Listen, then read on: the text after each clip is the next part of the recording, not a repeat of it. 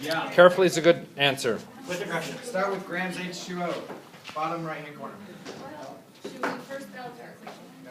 No? Okay. Grams of H2O. Okay. Should we balance the Then balance it now? What do you start with? 9 grams. Yeah. and O2 O2. over 1. Is the substance the same? No. No. So what do we need to do? Convert the substance. Is the measurement of our unit the same? Grams, grams. Yes. Yeah, but the substance is different, right? Okay, so let's worry about getting the substance converted, and then we'll deal, if anything happens to the measurement, we'll deal with that later. How do I convert the substance? Turn everything into moles. I would have to go through moles. Okay, so let's go ahead and get our grams of O2 into moles. I need moles of O2, right? Yes. 1 mole of One O2. mole of O2. So I just write 1 mole of O2, that's my numerical value. Well, that's what we're going to use. So you're inserting a number. I don't know what you're converting to, where you're getting that conversion from. Okay. Molecular. But the periodic table says that the molecular mass is. He's saying we need the units before the numbers. That's what he's We want to convert between grams of O2 into moles of O2.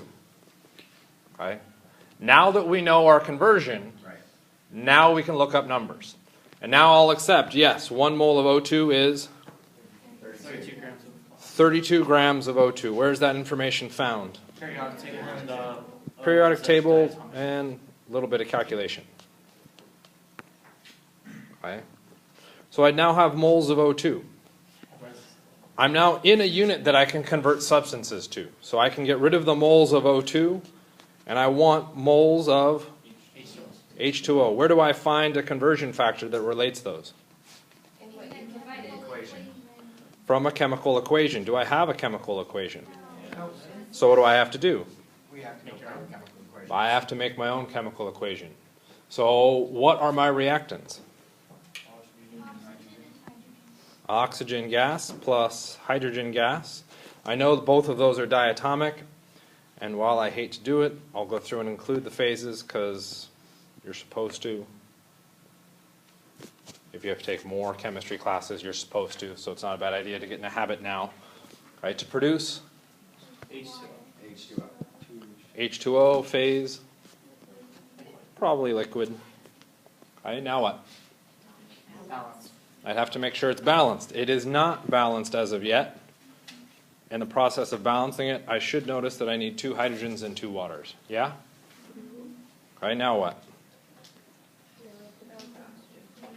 Now 2 moles of H2O. 2 moles of H2O is 1. 1 mole of oxygen. Those came from the coefficients of our balanced equation. Okay, so I would now be in my substance of H2O, but what would my unit be? Moles. Moles of H2O. Crap.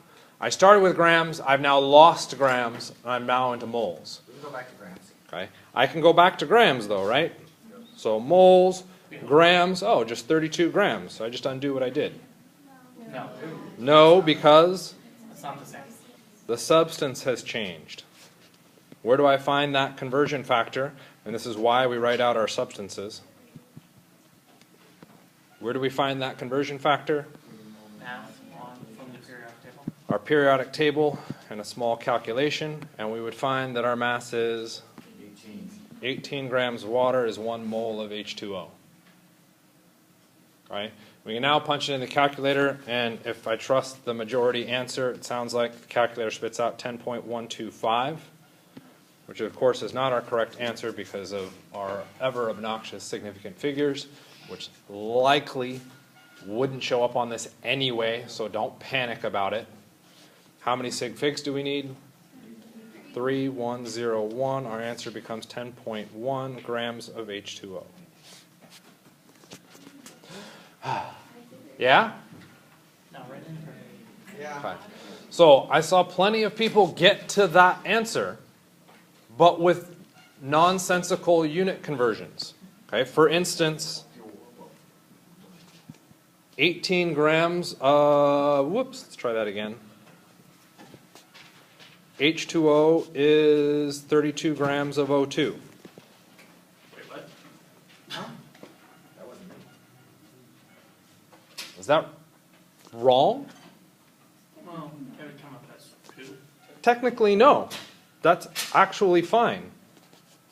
Okay? 18 over 32. Mathematically, that matches. Unit-wise, does that make any sense? Not at all. No. Okay? So we have to be careful when we use our conversions that we're pulling conversion factors that make sense directly out of the content that we have. We don't start combining things. Because if you bring in that conversion factor, you've now lost the meaning behind this middle one. Okay? Which could very well end up being that you get the wrong answer at the end. Okay? I believe the case where I saw this 18 over 32, they also went through and did the 2 over 1. But if you looked at the units then didn't line up to cancel out. Okay? So mathematically, numerically correct, but the process is invalid. You started to condense steps. You didn't condense steps wrong enough to ruin the answer, but you condensed steps in such a wrong, or enough of a wrong way that it could very likely result in a wrong answer on the exam. And that's what I'm trying to prevent. Okay, this isn't just you do it my way and there's only my way. There's tons of ways to do this. But this way tracks those units and allows you to get a consistently right answer. That's the point of the process. Okay, as painful as it may be. Questions about that? Okay, that's almost the end of chapter 9. Do we need to go through some more of these kind of things? That's where it all falls apart. Where what all falls apart? When you're on your own? Yeah. Okay. So when you're on your own, okay, yeah, and I do get that kind of complaint a lot. Oh, it made sense in class. That, to me, I should take as a compliment, and I argue is not a compliment, because what I want it to be in class is for you to recognize where things went wrong so that you can do it on your own. Okay, so that you can ask those questions and find those conversion factors. Okay? So yes, it should make sense in class, but I want you to be more cognizant of where to find things, not get an answer. The answer doesn't help. Okay? So, should we go through and solve either of these? 2 questions. Yes, please. I think we did those. Did we do these specific ones? 336 and AHCO to the first. I think we did derivations of these. We actually did these specific questions? Okay. There's a suggestion we need a little more practice. So for those of you that don't want practice on that, let's see, do I have a harder one there? No.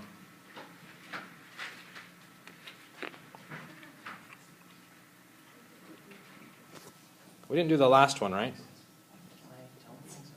Don't think so. So, those of you that think we did the first ones can do the red star.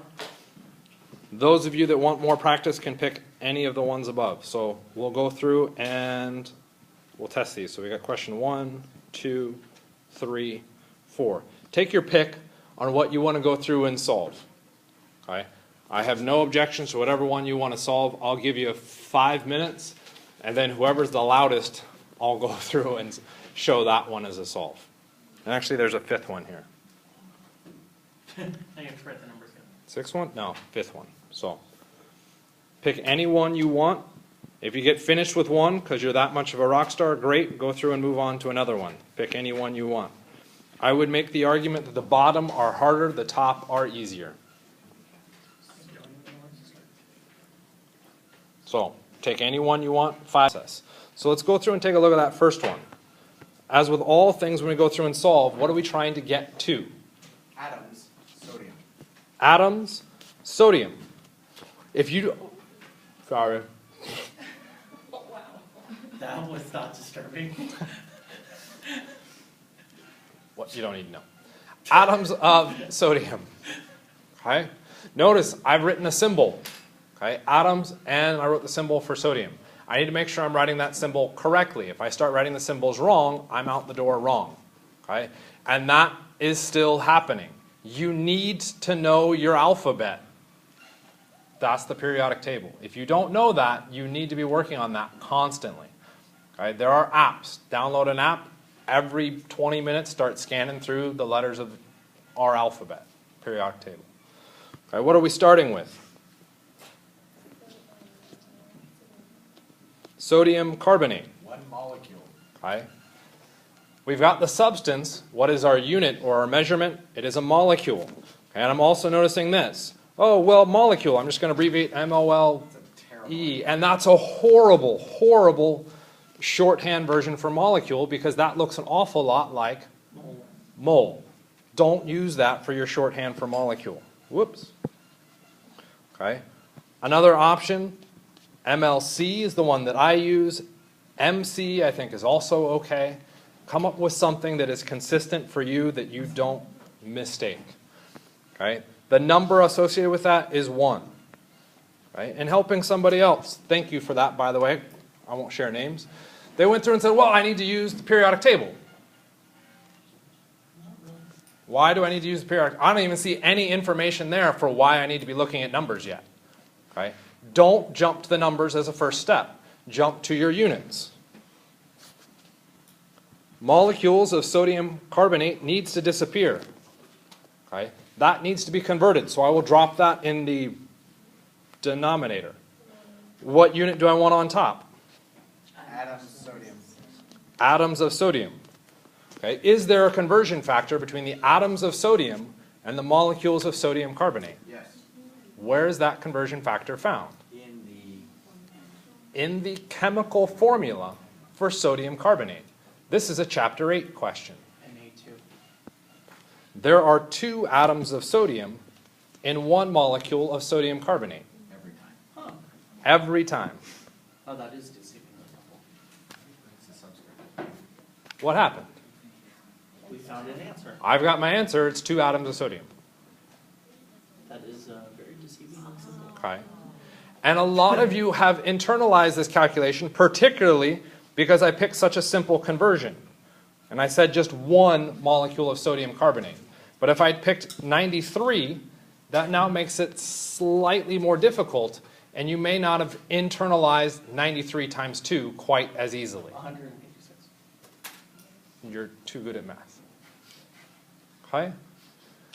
So we need the process, and that's why I'm picking simple numerics, so we can try and move through that better. All right, let's take a look at, shall we do number 2? What was number 2?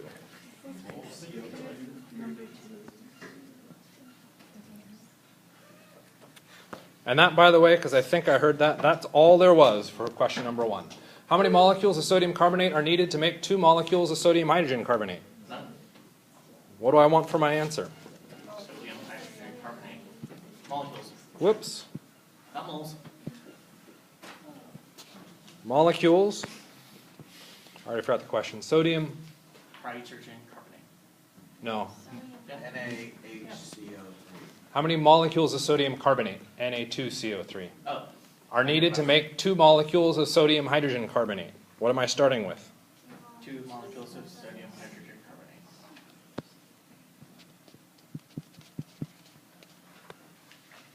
carbonate. Are those units the same?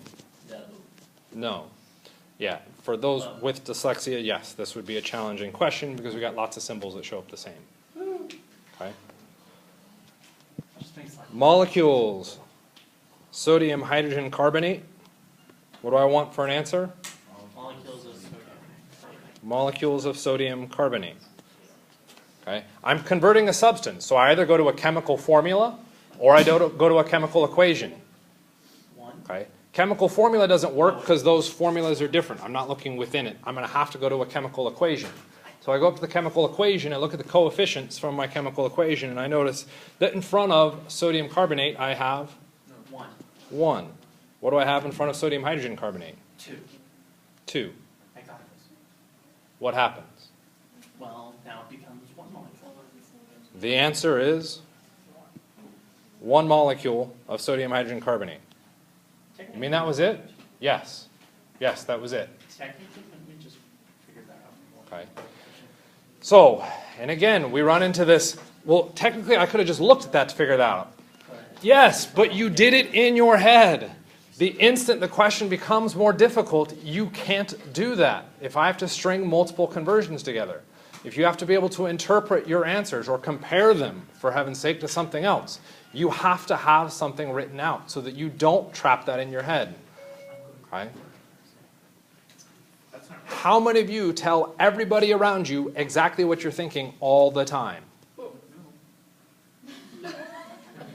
So maybe 2 people in the whole room. How come the rest of you don't do that?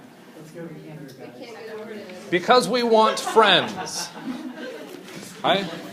Being trapped in our own brain allows us to not share with the rest of the world what we think so that people like us. Because if we shared what was in our brain the whole time, people wouldn't like us. Okay? At least that's my experience. Okay? That's why I don't say what's in my head.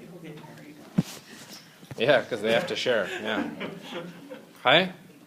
So, don't do it in your head.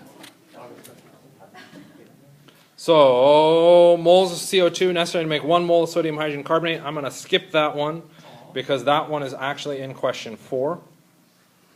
So let's take a look at question 4. This is the one that a couple people said was deceptively easy, or deceptively simple, I think was a better way to say that. And another person was like, do I really have to solve this 3 times? No. Yes. No. Yes. What? You have to solve it 3 times. Why? Okay. If I give you 3 wheels and 1 frame, how many bikes can you make? Or 2 frames? And 3 wheels? 1. And 3 wheels. 1. But 2 frames gets me, Yeah, but you need 2 equations. okay, 2 equations. There's 2 things I have to solve for. Why do I have to solve this question 3 times? How many parts go in? 3 parts. Am I given information about all 3 parts? Not together. I'm given a mole of each. Sodium carbonate, that's part number 1. Water, part number 2. Carbon dioxide, part number 3.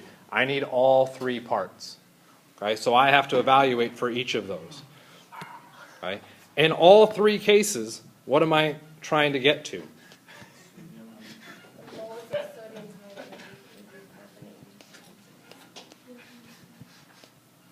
Moles of sodium hydrogen carbonate. I'm just going to do a giant box over there. Right? To start with, part number 1. 1 mole. Was it 1 mole? Sure. Yeah. Sodium carbonate. Is that the same thing as my final answer? No, so what do I need? Conversion. Mole, I already forgot what I was writing. Sodium carbonate.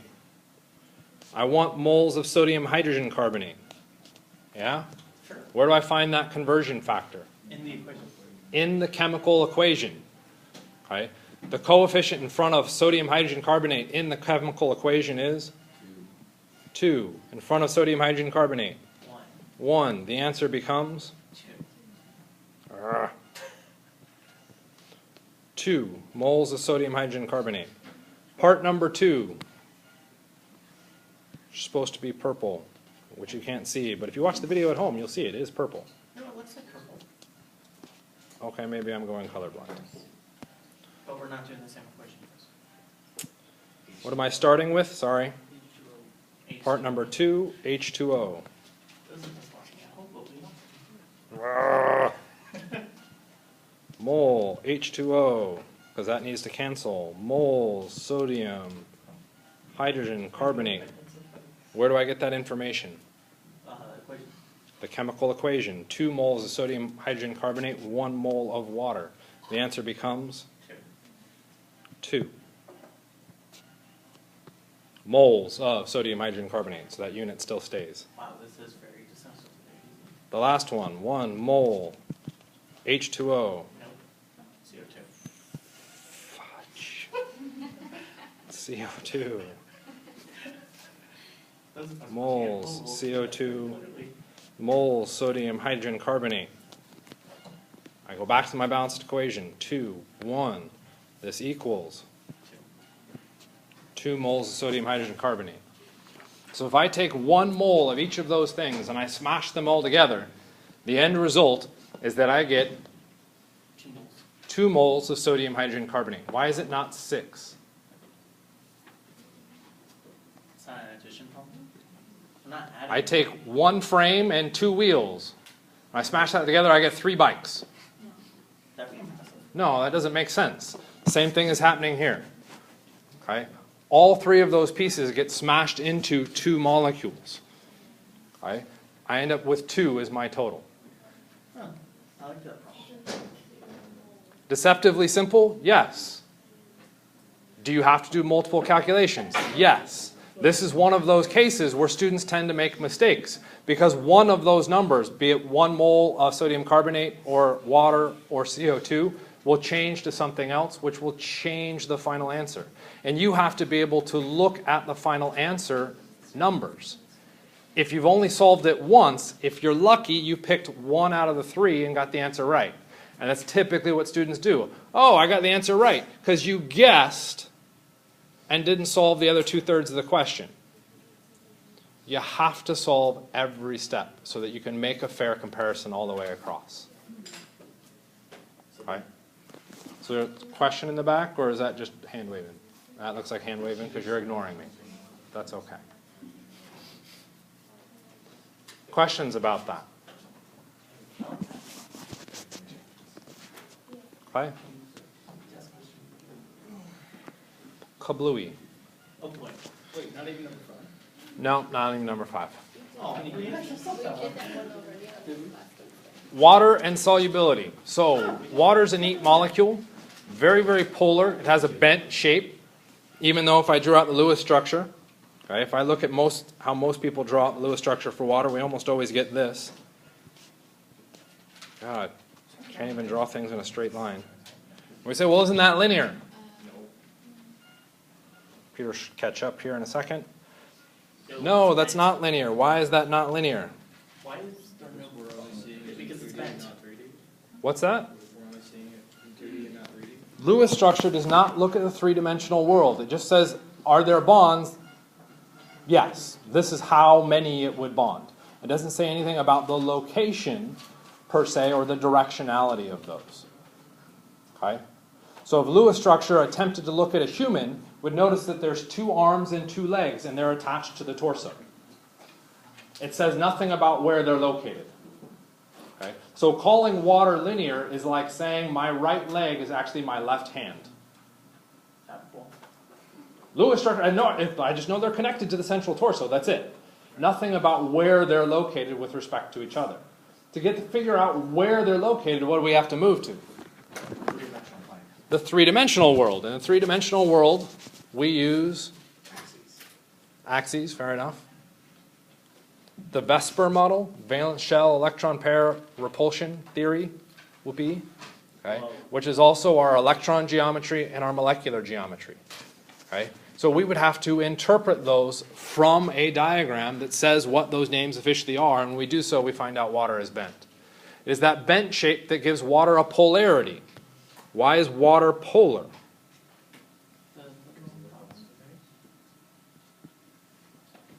What is polarity referring to? Do we have anything that's polar that we're saying walking on or sitting on? Generally? The ground, belonging to what? Gravity. The earth. All right, let's ignore the flat earth theory on this. What does our circular earth have? Gravity. Gravitational force, yes. Where's Santa live? North pole. The north what? Pole. What is polarity referring to? The poles, the north and south pole. Okay? There's a north end and an opposite south end. Is there something else that we know has 2 polarities? Magnets. A north end, a south end. What else? I think batteries, yes, batteries have a pole. What end and what end? The positive and negative. You mean positive like protons and negative like electrons? Yes. Absolutely. What do molecules have? Batteries. Protons and electrons. They have polarity associated with them depending on how the electrons and protons are distributed around the molecule. Because the protons are associated with each atom, they can't move. But what can move? The electrons. The electrons. Okay? What dictates where the electrons are located in this molecule? Lone pairs. The geometry. So the shape helps with that. What dictates where those electrons, the blue electrons, now spend most of their time? Well, let's just try this. Where do those electrons spend most of their time? Between oxygen and hydrogen. Where's the biggest nucleus? Not quite. Towards the most electronegative. Remember we had this concept of electronegativity?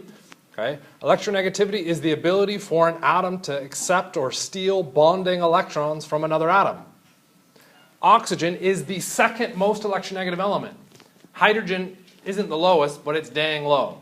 So the difference in electronegativity between oxygen and hydrogen is massive, which means where do those electrons spend most of their time? Towards oxygen. On the oxygen. So oxygen has effectively gained electrons. By gaining electrons, what charge would it become? Negative.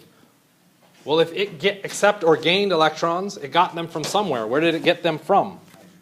Hydrogen. So the hydrogen lost electron should become positive. But this now looks like we're calling those ions, right? We can't call those formally ions because it's not an ionic bond. So we need to go through and say it is starting to become negative, but it is not formally negative. It is partially negative. What is our symbol for partial or change? The delta symbol. Because the capital delta, Well, that is not a delta. it is absolutely a delta. Give me a second. The capital delta, what you're used to seeing as the Yeah, I was triangle, gonna say, isn't it a triangle? that's a capital delta, is already reserved for what function? Heat or temperature. So we can't bring in a capital delta for this because it's already being used. What we bring in instead is a lowercase delta, which mine may not be the prettiest, but that's pretty darn close to a lowercase delta. Feel free to look it up and try and draw it on your own. If you draw better than me, you can come up and give this lecture. That's fine. I have no problem with that. Right? What happens with the other bond? Same deal. What happens then? If I take a look at the vectors, and this is where everybody freaks out, like pool, right? If I take a ball and hit it from different angles, it goes different directions, right? That was a horrible description of pool. Okay. I see a net positive at the bottom between the hydrogen atoms and a net negative, electrons being pulled towards the oxygen. I've got a dipole moment, okay, or a polarity associated with water. Those charges create strong attractive forces between the individual molecules of water, and that's where we get hydrogen bonding. This is why salt compounds dissolve in water, because water can associate with those charges to help break apart the ionic compounds. Okay, so water is super cool in that sense. Okay? And it will dissolve a lot of compounds. This means when we go through to run reactions, okay, or the next part of this, so we take our salt, we're just dissolving that, and that's our solubility. So if a compound is soluble in water, we would then call its phase aqueous, and we'd go AQ. If it was insoluble in water, solid, or S. Right? We've got a notation to describe this. Right? Let's not worry about that yet. Right? So if we now look at solubility curves, we can look at how much compound was dissolved with respect to temperature, because what we're seeing is we're having the water molecule break apart the individual ionic bonds. To break bonds, what do we typically need to do? Put energy in it. You put energy in. So what happens when we dissolve things? We break bonds. I can also break bonds by putting energy. So if I put both energy and solvent in there, what should happen? You're gonna break stuff apart. I should break stuff even more apart, and I should get more stuff to dissolve. Hence the sugar line. We're seeing that increase with heat. Okay? If we take a look at the salt line, what happens when we add heat to our water? Nothing. That's because the solubility of our salt, in this case, is not dependent on heat. Okay? It's already going to reach its max solubility regardless of the temperature. The sugar will break apart those forces a lot more as we move through this. Okay? We have these three terms that come with this. unsaturated, saturated, and supersaturated. Saturated is on the line. Okay? That is now anything on that point is a saturated solution. I've put so much solute in there, okay, that I can't put any more. Okay, so it is a saturated solution. If I look anywhere under that line, let's call it a purple dot. Okay, I've now dissolved at 50 degrees Celsius 150 grams of sugar. Right? Could I dissolve more? No. Not at that temperature. The saturated line says at that temperature I can dissolve 250 grams. So guess what? I can dissolve more. Okay? It's not yet saturated. I can add more, so I would call this point unsaturated. That's a U. Oh my God. Let's just restart that.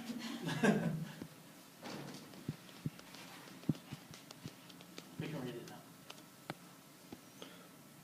What if somehow I was able to get up to 400 grams of sugar at 50 degrees Celsius? You have to And you IU. would still have solid inside. It's super saturated. Okay. I've now dissolved more sugar in that solution than the solution can withstand. That is now Super saturated. supersaturated. I should have just boxed them from the beginning in that color. Okay. That actually sounds really Can I do that? Yes. Have you ever made rock candy? Right. That's from a supersaturated solution. You take water, you boil a crap ton, or you boil the water and you add tons of sugar into it. Then what do? Very cool. You pour that into a jar, you put a string in it, and you let it sit there and let it cool down. As it cools down, what happens? Right? We'd be starting somewhere up here on this saturated line, let's say 100 degrees Celsius, right up there, 500 grams of water in it. But as we cool down, what happens? Got less. We move that direction into a supersaturated solution. Oh. Okay? Does the sugar want to be in solution? Sure. Okay? It's supersaturated. The sugar doesn't want to be present. All it needs is something to grab a hold of, and it'll say, I'm getting out of this solution as fast as I can. What does it grab a hold of? String. The string.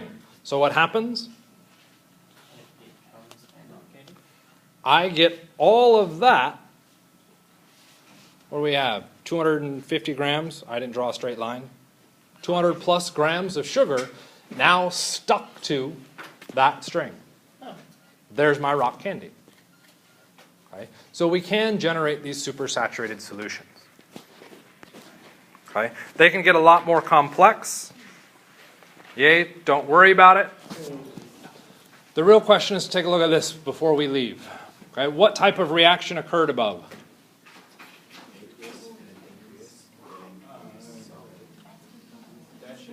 Oh, there's a chart. But not. It is a double replacement reaction, yes. Okay, which you guys did in lab last week. Okay? How do we quantify the amount of silver bromide that I produce? It's a solid, right? How would I measure that solid? Grams. I would weigh it, okay, in grams. Okay? Silver bromide, going rate for that is $500 a gram. Okay? So I want to make that compound because that's money, right? Right. Okay? So how much money could I make if I then think about the solutions I started with? Okay? Well, if we take a look at those solutions, can I get just the weight of those? No. Why not getting the weight? They're aqueous. If I measured that weight for those two solutions, what would I be getting the weight of? Okay. The element and the water? The substance and the water. So I can't do a direct mass anymore. Okay? I need something that allows me to convert that solution into just the substance. This would be a concentration. Like molarity, which, believe it or not, is, guess what? Next. Another conversion factor. Okay? It relates the moles of a substance to the liters of a substance. Huh. Okay? It's usually a given information. It's just straightforward. We just go through and use it. When can we use it? anytime we run a reaction with solutions. Okay? We will go through and do a bunch of questions with that. Yeah, I went too slow. I apologize. We'll just stop there.